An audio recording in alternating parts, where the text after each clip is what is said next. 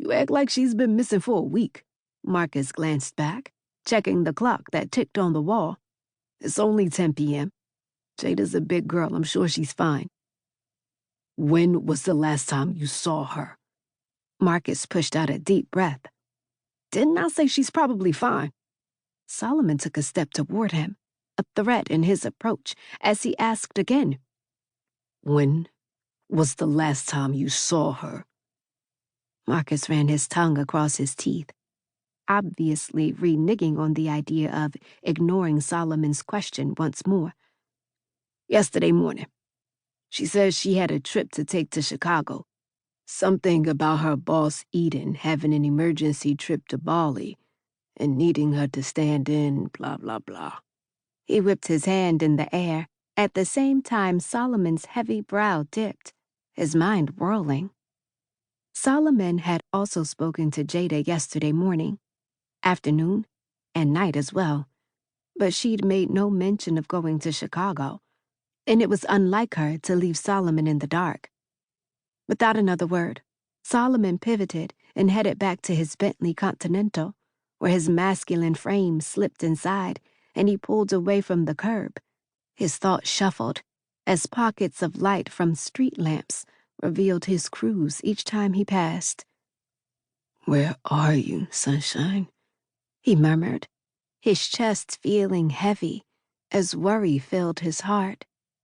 He activated the car's internal wireless system.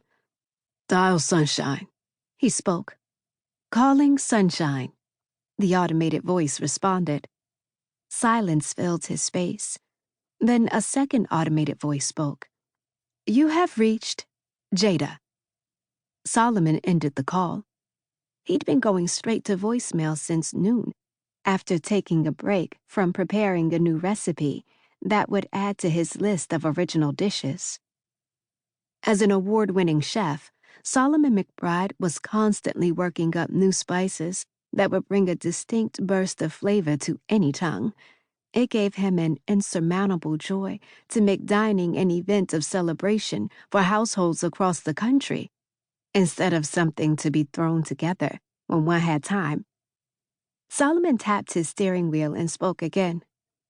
Call Soul, hoping that Jada's roommate and close friend would have better news than him. Solomon? Yeah, tell me you've heard from Jada. Soul sighed. I was getting ready to ask you the same thing. Solomon's mind raced as his eyes stayed steady on the road in front of him. She's never done this before, Soul said. Not even when... She hesitated. Not even when what? Nothing, never mind. So? Nothing. I'm jumping to conclusions.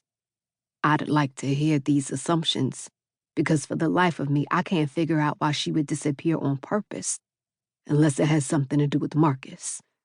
His voice cut low and steely on the other end of the phone.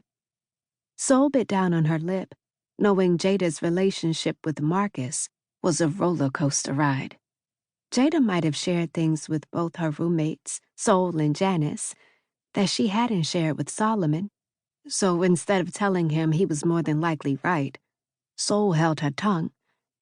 However, the silence was the only confirmation Solomon needed. Without notice, his chest constricted as melancholy showered his heart. Call me if she returns, please. I will. You do the same. You got it. They disconnected the line as Solomon cut a left turn onto Park Avenue, headed for Grant Park, where Jada would go to talk to her late grandfather, James Wilson, also known as Grandpa Will.